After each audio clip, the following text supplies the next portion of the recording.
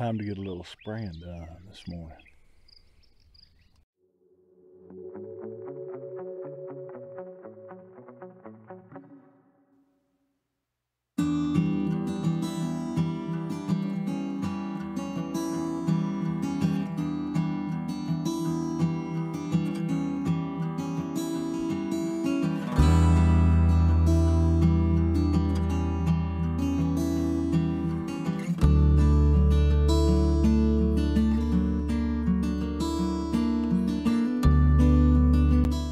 Well, good morning, everybody on YouTube. I'm gonna do something a little bit different today. I'm just gonna do a little upload today sometime.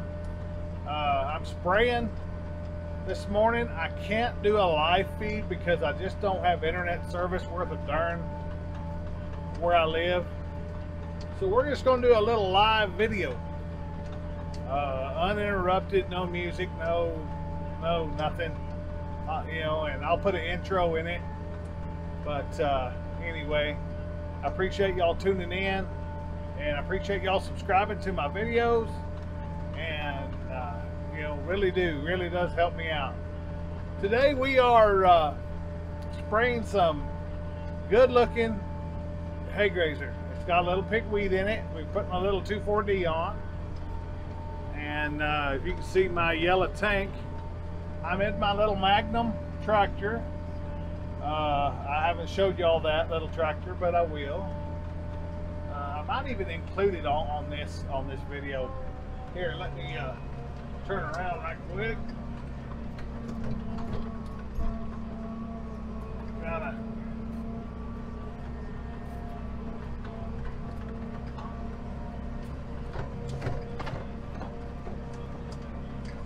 Turn on my sprayer, turn on my GPS, get back up to 10 miles an hour, and there we go. Yeah, this little 7230 that I got, it's a nice little tractor. It's been restored. It's got 300 hours on it, I think. Got the 8.3 Cummins. It's a two-wheel drive. I use it for spraying and for pulling my rakes. You can see my H&S HD2 rake box there. And this is the same GPS I had in my John Deere.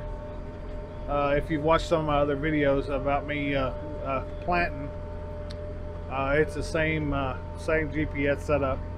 I got my steering motor here, and all. This is what I first drilled. I drilled this right before the 4th of July. Put down about 30 pounds of seed, 25 to 30, somewhere in there. We're putting out Unison 2,4-D at 1 pint per acre. With 5 gallons of water. So this morning I sprayed out 500 gallons of water, so 100 gallons or 100 acres, and then I rode it back to my house. It's just 3 miles, and rode it back to my house and loaded back up with water. I got 300 gallons of water, and I come back over here for the other 60 acres. So that's what we're doing. We got a lot of pigweed in here. We got some white weeds. That's about mainly it. And this right here, we've just got a little over 1 inch of rain the last couple of rains, this last couple of weeks. So this here ought to just jump. There's some spots of this that's over, hell, it's almost knee high, and already. And then there's spots that's just about boot high. But having a little trouble with my GPS. It just overcorrects, and it's just not I hadn't been happy with it. I hadn't been happy with it for a while now. I really hadn't. I really need to find something else. It's just not going to cut it anymore. But it's working today. It's working today. So, boy, it's a beautiful morning. Been up since daylight, and I'm having trouble with my water trailer also. Yeah, my water trailer, my little pump, I bought it 3 years ago. I've used it, for 3 years. It's a transfer pump. It's got a Briggs & Stratton motor on it. It's got a steel tank for the gas tank. I went to go use it. I always put it up in the barn every year. After I get done with it, I drain it all, and then I put the pump in the barn, and I drain the tank, and then I leave the tank outside. I got a 1,000-gallon water tank, and I leave it outside. Well, I don't know what happened or what, but the tank's completely rusted down to nothing. So the cap just fell off. So so I don't have a water pump. So that's why I rode it over to the house, for 300 gallons to finish this morning. I've got a tank on order, and it'll be here sometime here at the end of the week. We're probably going to have to spray some more stuff, but so I've got 1,000 gallons of water sitting there with a pump ready. That just needs a fuel tank. So we'll have it ready for next time, and we'll probably put some D on at least 800 more acres. I'm thinking, but we'll see. We'll see. I'm not going to plow it ahead of time. I'm just gonna plant. There's nothing left out there really, but I need to get some white weeds killed at my house. I know, and we had some pretty good hard packing rains the last couple of days, so that's probably going to make the weeds come up on this that I planted and this that I got stuck on the other day. If you watch some of my other videos, I appreciate y'all subscribing to my channel. If you haven't, please do so. Also hit that little gray button to notify you when I have an upload, so you can kind of keep track of this year. I'm just kind of I'm really liking the uploading. It just kind of, I love sharing all this with all my farmer friends and all my family that follow me. And then I've got a lot of farmer friends. Uh-oh, it didn't grab. I got a lot of farmer friends out there across the area, across the the whole United States really, that follow me. Even got some in Australia. So and this is a good way to keep track of them. I've got several friends on Snapchat and on Instagram and Facebook, and we keep track of one another. I met a lot of them on the old site Haykings. I don't know if y'all are familiar with Haykings or not, but it was on Facebook. And of course, I got kicked off of that thing a long time ago, but I got a lot of friends off of Haykings. And then I follow I think it's Farming USA and Versatile Tractors and Case International Tractors and Steiger Tractors and Versatile Tractors, and so I got a lot of good friends out here that, and then there's several of them that follow me from there, and and so that's what and I like good friends. I like seeing what everybody else farms in the country. Corn, soybeans, to tiff hay, to whatever, wheat straw. I got William Summer down in Georgia, to Josh Simmer up in Vermont, to I got a lot of good, a a lot of friends on here that I met that I hadn't even met in person. I mean, Jay Hill down in Dale City, you know, Las Cruces area. You know, Trevor Bales. I've never met him in person. I've talked to him, you know, on Messenger. I've talked to him on Instagram and all, and I've talked to Jay on the phone several times, but a couple times anyway, about hay and, you know, and about other things. And I need to go see him. Jay's not too far away, so I ought to just jump in the pickup one of these days and go down there and see him. But yeah, we're kind of finishing up on some of this stuff today. Still a little too wet to plant. You'll see it in a couple weeks maybe. My let me turn around here. My video about me redoing the hitch on my planter. As you know, I got stuck there a couple of videos ago over here, just right across the street here, in that wet sand, and I buried that John Deere tractor, and I pulled it out with that versatile tractor, and I'd love to pull that planter with my versatile tractor. It's got the better GPS on it. It's just better traction. The tractor don't bog in the wet sand as much. It's just got a lot bigger, whole bigger footprint. So I decided I would just switch that hitch over, and I have an old 3400 a crustbuster drill that I used in Milo years ago, and it's just an old dinosaur. If I was to take that thing to auction sale, it wouldn't bring nothing.